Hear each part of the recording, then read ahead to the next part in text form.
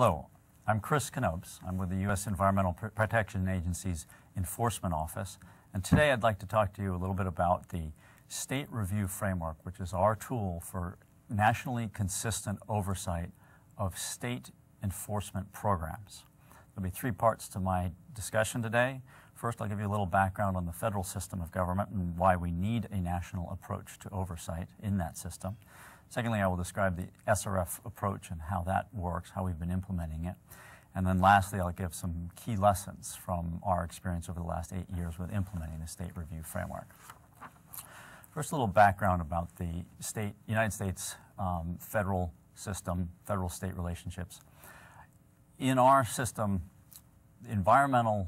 federal environmental laws are delegated to the states. Not all of them, but well over 90% are, in fact, delegated to the states. This means that the states are conducting the permitting, inspections, monitoring, enforcement, and even standard setting in some cases. States do the vast majority of the permitting and enforcement. The EPA has 10 regions. Each region has oversight responsibility for between 3 and 8 states.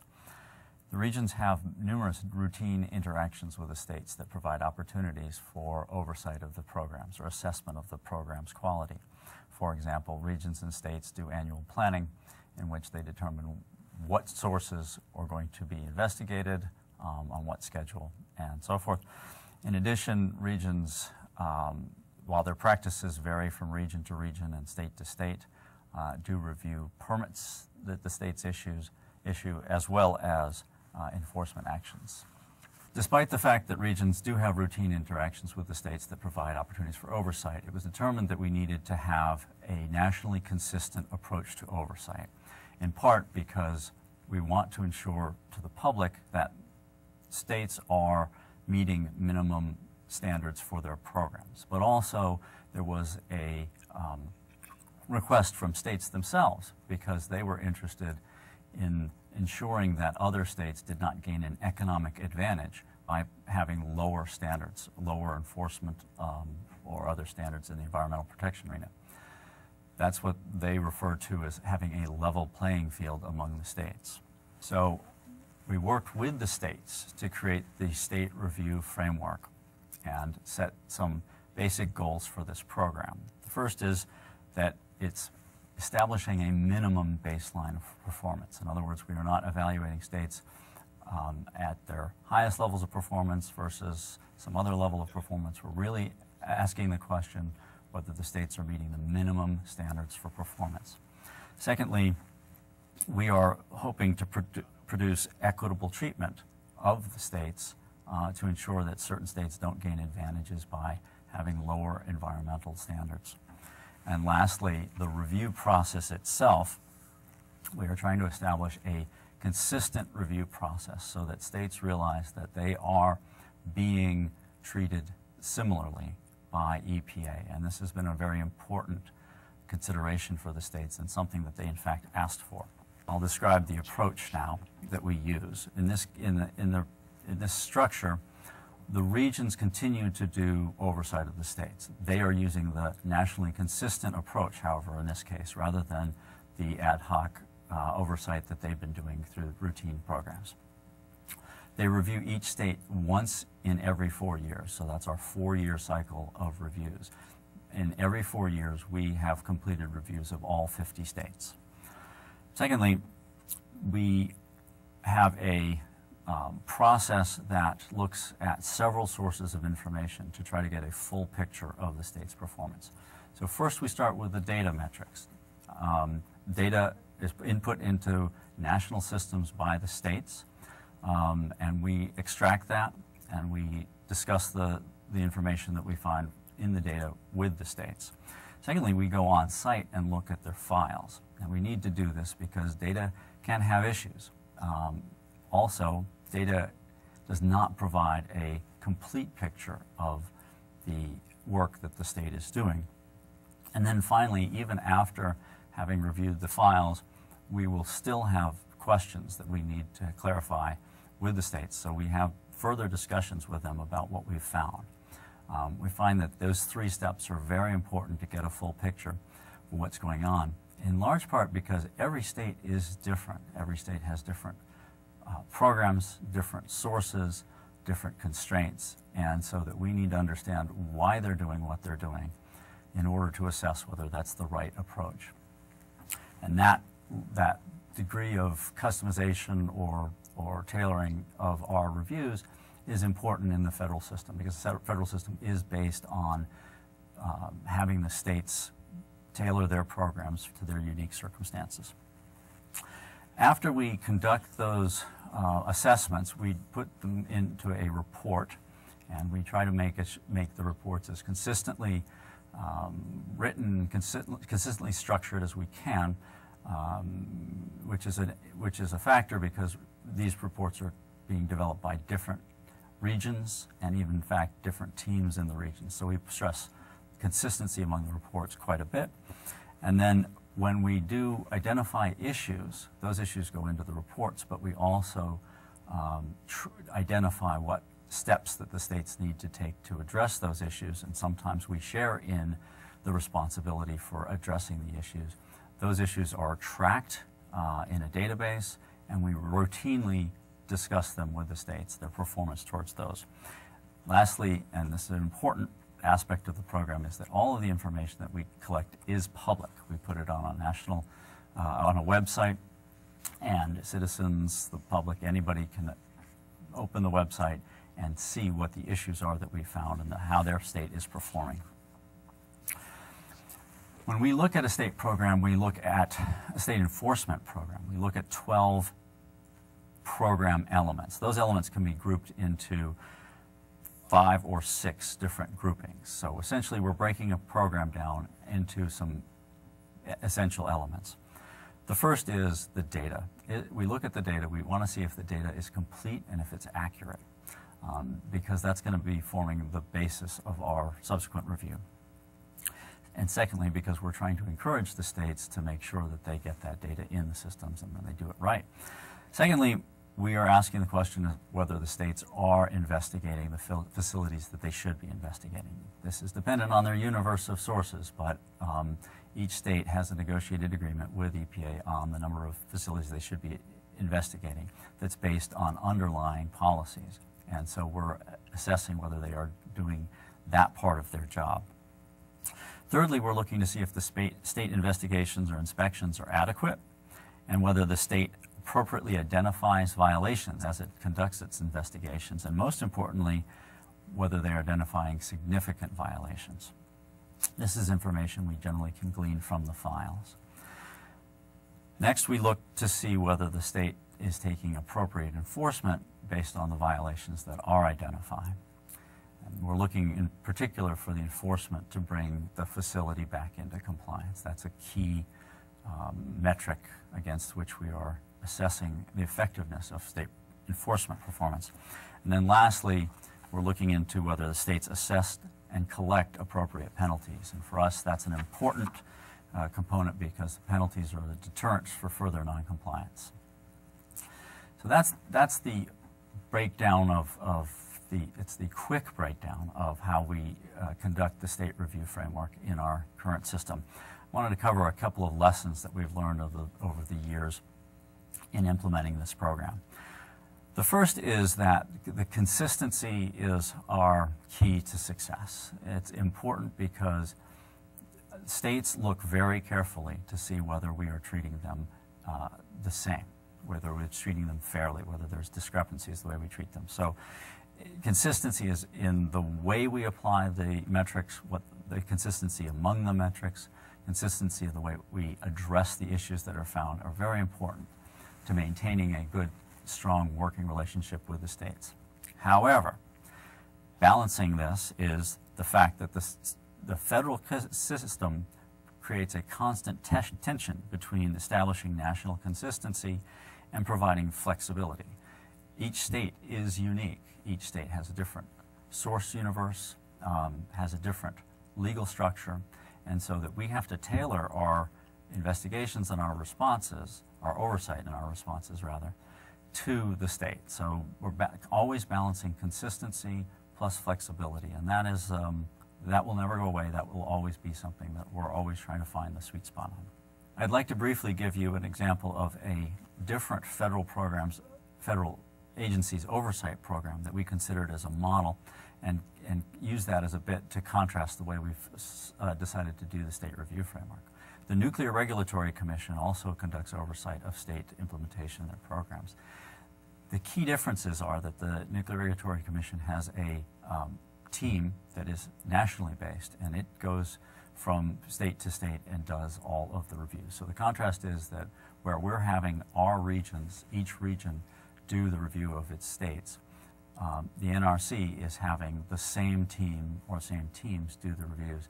That adds to their consistency, but what we perceived was that it took away from the ability to have a more nuanced understanding of the state's program that we thought that we could get by having the regions have more intimate discussions, more elaborate discussions with the states.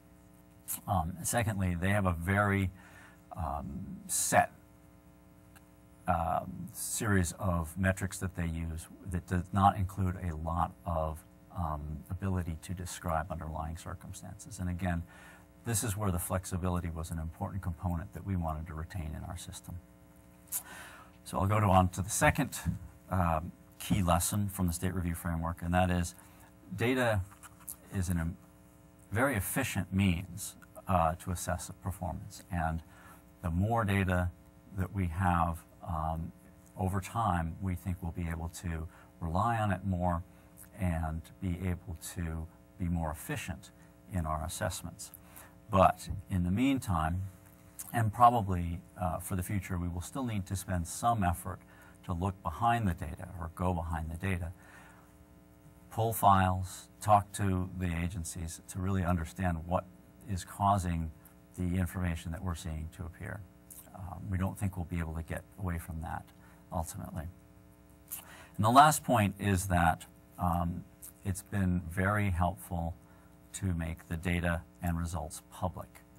This has helped put pressure on the states quite a bit. We believe that we saw greater attention to the findings we were putting forward once we made the data public. On the other hand, making the data public has made it more difficult to have conversations with the states because it's increased their impression of their susceptibility to negative feedback from the public.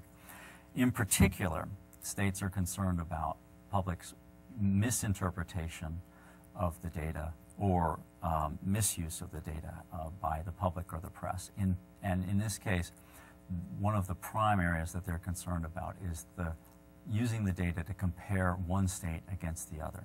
Because of the unique factors that are described for each state, we do not believe it is appropriate or possible to compare states against one another strictly looking at the data. And so we've set up our approach to as a system not to make those kinds of comparisons. Ultimately, however, once we put the data out in the public realm, people do tend to use the data to make comparisons or to draw conclusions that they may not fully understand the underlying aspects of that. So that's another area where we are continually trying to work with the states to balance making the information public, but making it public in such a way that people have the information to use it appropriately. So in conclusion, I'd like to thank you for the opportunity to discuss EPA's State Review Framework approach. I'd like to say that we've been doing it for a little over 8 years, and we are continuously trying to improve the way we do this, become more efficient, become more transparent. One way we are looking to improve is to increase the quality and amount of performance data that we have available to us, and the way that we summarize and display that information for ourselves, for the public, and for the states. So the next speaker you'll see is Ed Cottrill, and he will be providing you with a closer look at the data that we do collect and how we display that and some of the improvements that we're making right now in terms of providing data to the public. So thanks very much. Hello, my name's Edward Cottrill. I'm with the Office of Compliance. My My group's core responsibility is to assist EPA management and staff in the utilization of data and to make that data available to the public. Today we're going to be talking about the data utilized in the state performance process. And as Chris said, it is an essential component. It is not the component, but it is an essential component. And we'll speak on three areas. We're going to talk about quality of data, transparency of data, and making that data into information that the public can use. Now, moving on first to the data verification process. This process we developed was to ensure that the data that we are utilizing in the state performance reviews is consistent across the countries, but is also validated by the states. Because one of the issues that we had early on was that the states were more often than not discussing with us about what data, not what the data was saying, but more, was this the correct data? Oh, this data was not complete. So what we did is we established a data verification process that would work on a couple components. And one of them was that the states validated prior to the review process that the data that we were utilizing was complete and accurate. And we've established a lot of different tools to assist in this process.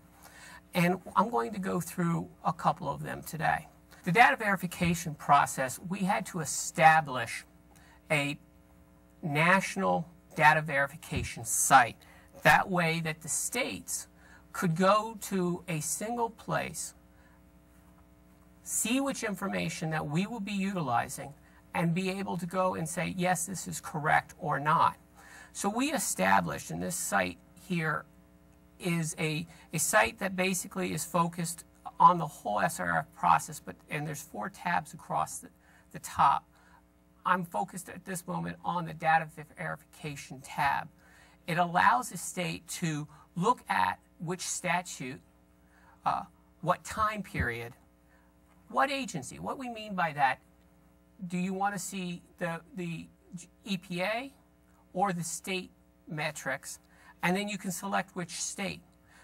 Once you fill in this form, the state can then select their information, and that takes them to the next page, which is once the state looks at this data, they can actually select any of the metrics and see what is that metric, what logic is used within that metric to come up with that number. Then they can select on the number and actually see which facilities are in that metrics.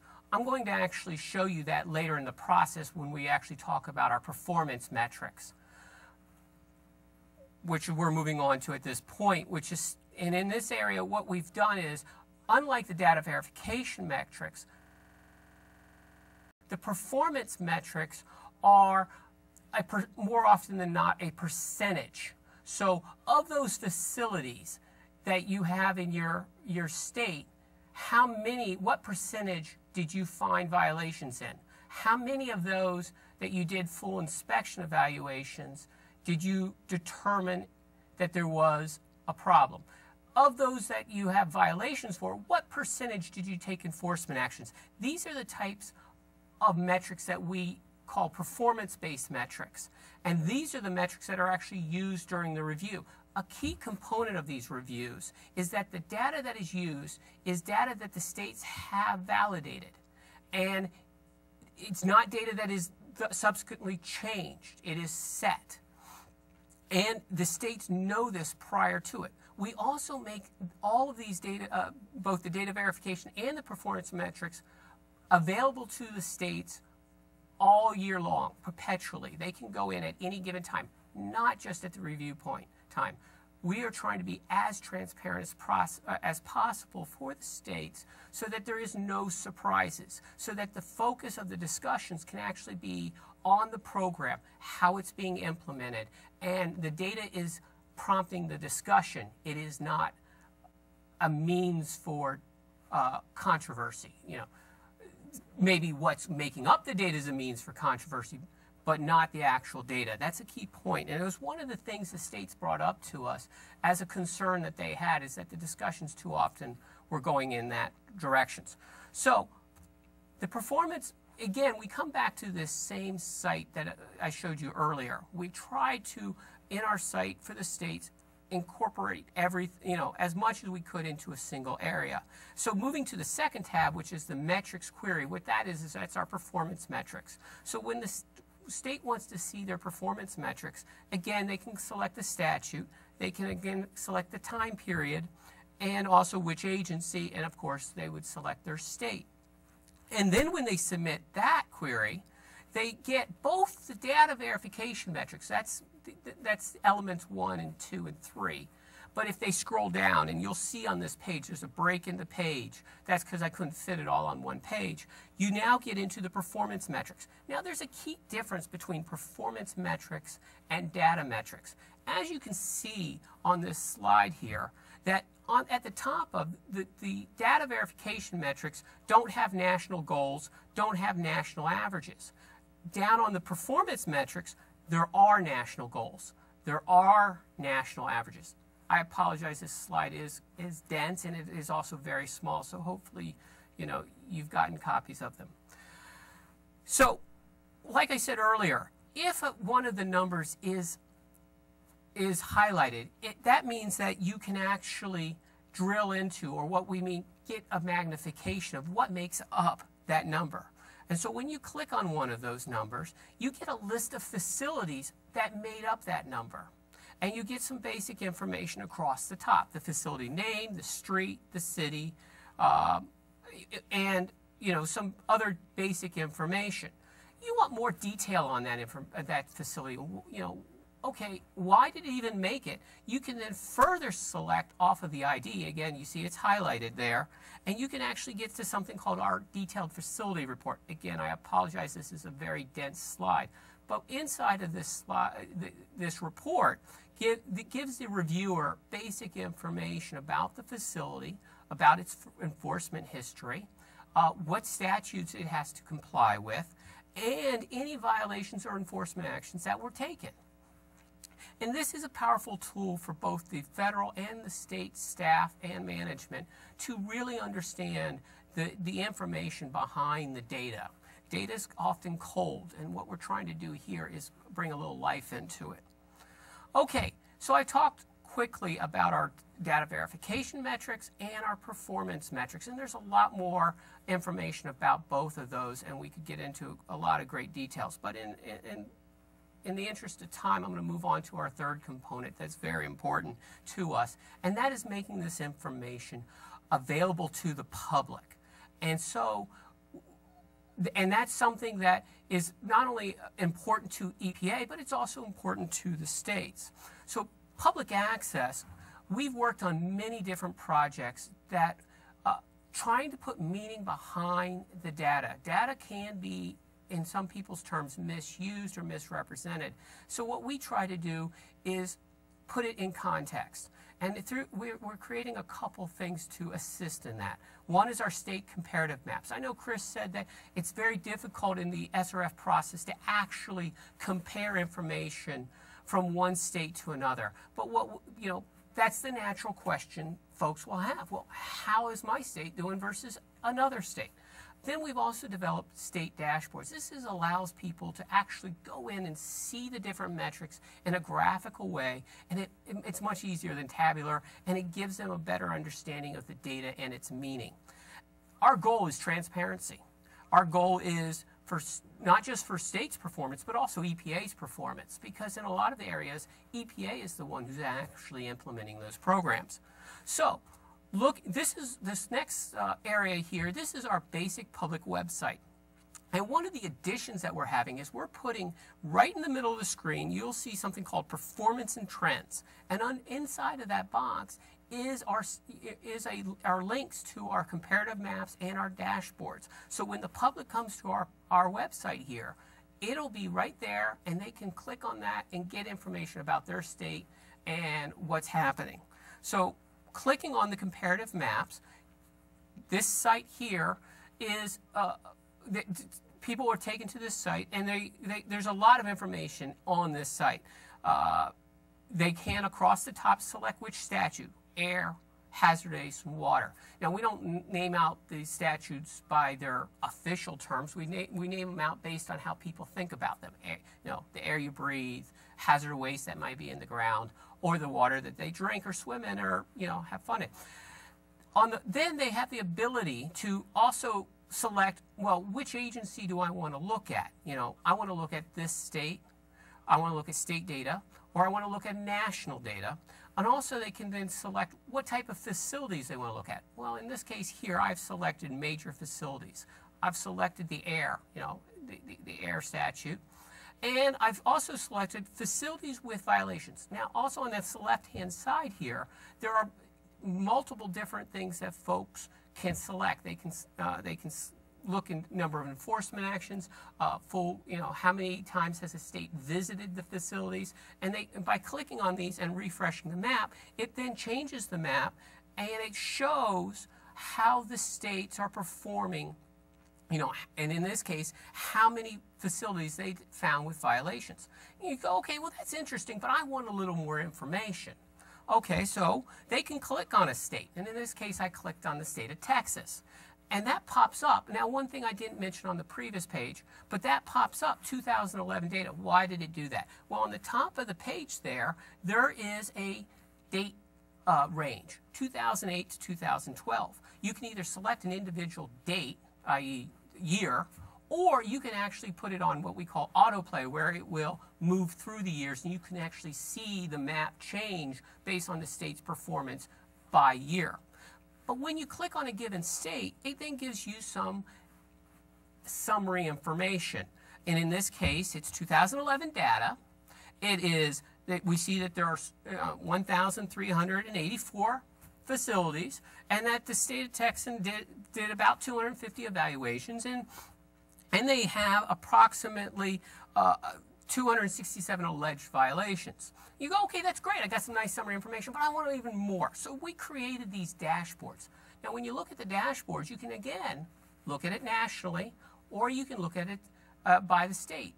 And so what we've developed are these dashboards that you can click off of this page here, or back on that Echo home page, that front page that I showed you where the public first comes to, you can actually go directly to these dashboards. In this case, I selected the national. I didn't actually select a state. I selected the national. But off of this page here, I can also change this and show this dashboard for a given state. But here I've showed, again for air, a national view of the data. And there are 6 different major categories. Facilities, that's counts, how many facilities, etc. Compliance, because I'm in the air, they do what they call compliance evaluations. Violations, high priority violations. Those are things that are really significant. And so we have extra separate metrics for that. And then we have enforcement actions, and as Chris was saying earlier, penalties is important to us because it is a deterrent. And we want to know how many penalties are being assessed and collected.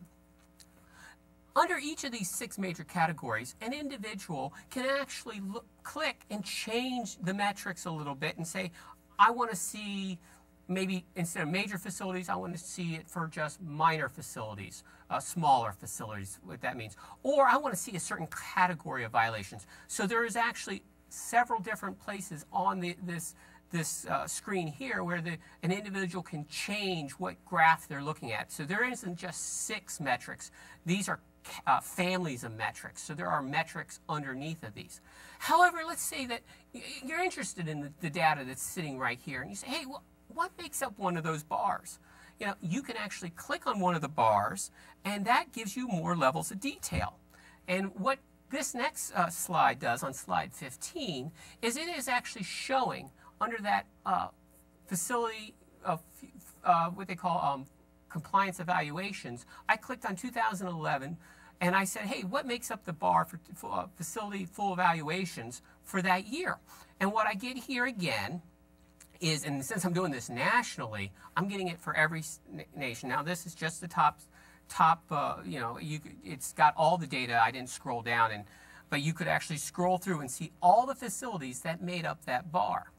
And in the future, The facility ID, which isn't highlighted here, we're actually going to be able, we're going to highlight that so the public can actually then click into and see a given facility. So they, you know, maybe one's in their hometown and they say, hey, what happened at my hometown facility? So let me summarize, and I did go through this awful quick.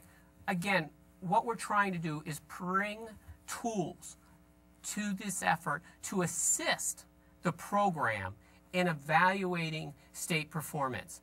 And we're trying to bring tools at every level. So we have tools to assist in the validation of the data so that we know that quality information is going into this process. Without quality information, garbage in, as we like to say, garbage out. So we're focused on quality data, not poor data. The second thing that we want to do is we want a transparent process.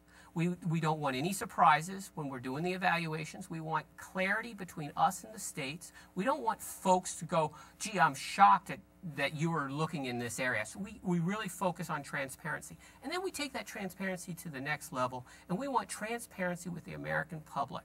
And that is, hey, this is the performance evaluations that we've done. This is the data that we have on the state performance, and we're letting y'all know what we have. So I want to thank you all for giving me the opportunity to share some of the efforts that we're undertaking to assist in this project, but we're doing this across the agency to further these goals of better quality data, more transparent data, and ultimately the protection of human life. Thank you very much, and I hope you have a great rest of the conference.